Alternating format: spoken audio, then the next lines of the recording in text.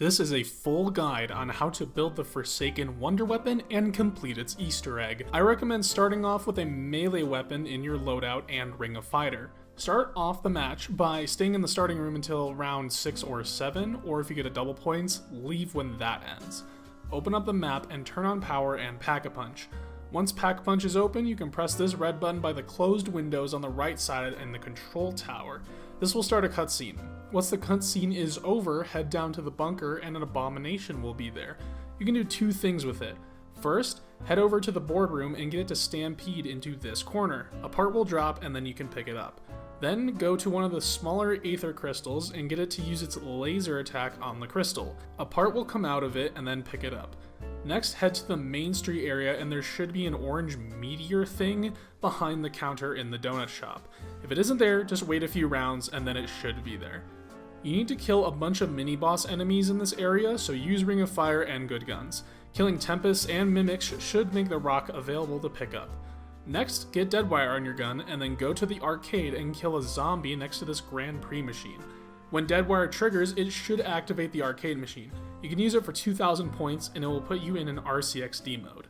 Be careful, as running into zombies with this will automatically blow it up, so be careful and maneuver the cart over to the TV store and drive up to the vent behind this counter. The vent should go away and then drive through it and then detonate the car in this corner. Head over to the TV store and then a hole in the wall will reveal a TV to pick up. Then get either a napalm burst or a flamethrower or basically anything that does fire damage, and then kill a tormentor with that weapon. It should drop a crystal. Pick it up and head down to the bunker and there is this pool of liquid over here. Place the crystals in it and then get about 10 melee kills next to it. The Wonder Weapon will rise out of the pool. Now that you have the Wonder Weapon, head over to the fuel processing area and interact with one of the panels on the sides of these containers. If you have multiple players in your game, you all need to press the buttons on each individual container at the same time. So if there's 3 players in your game, you need to press the buttons on 3 containers at the same time. This will start a lockdown and the Wonder Weapon will come in handy here. You can check your progress by looking at the windows in the containers. The more red there is, the closer to being done you are. Once all containers are full, pick up the item that drops in the middle. Now we have to deal with these 3 large crystals around the map. Each crystal has 3 orbs orbiting around it. Shoot all 3 until they disappear. The gun mode on the Wonder Weapon basically one-shots them, but be careful as a lot of enemies will spawn if you take too long. Once all 3 orbs are shot, use the melee version of the Wonder Weapon to break open the crystal. There will be a crystal shard you can pick up. Also, an Abomination will spawn when it breaks open. So when the mini-boss's mouth is open, you need to throw the shard into its mouth. You know you did it right when it makes a bunch of eating and swallowing noises and its tail starts glowing red. If you mess it up, you can pick up another shard from the pile you just made. Once its tail is red, kill the mini-boss and then pick up the crystal it drops. You need to do this process 3 times. Once in the Main Street area, once in the spawn room, and then once in the bunker.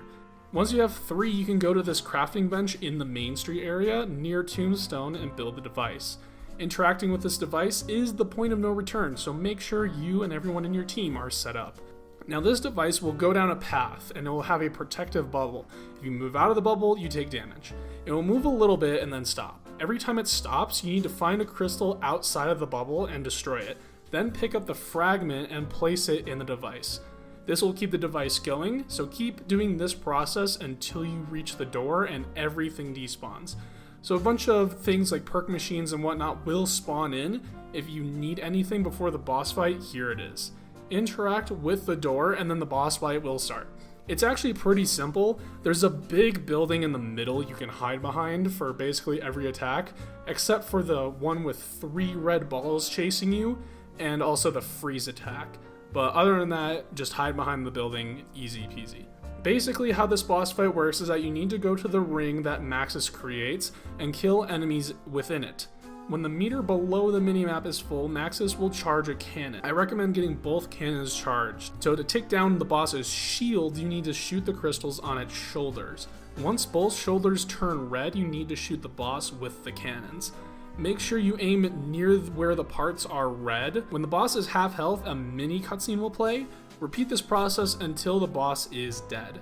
For the last 2 shields, you need to take down the chest crystal and the head crystal. A bunch of quotes and cutscenes will play, and that's it. You've beaten the Forsaken Easter egg, and thank you guys so much for watching.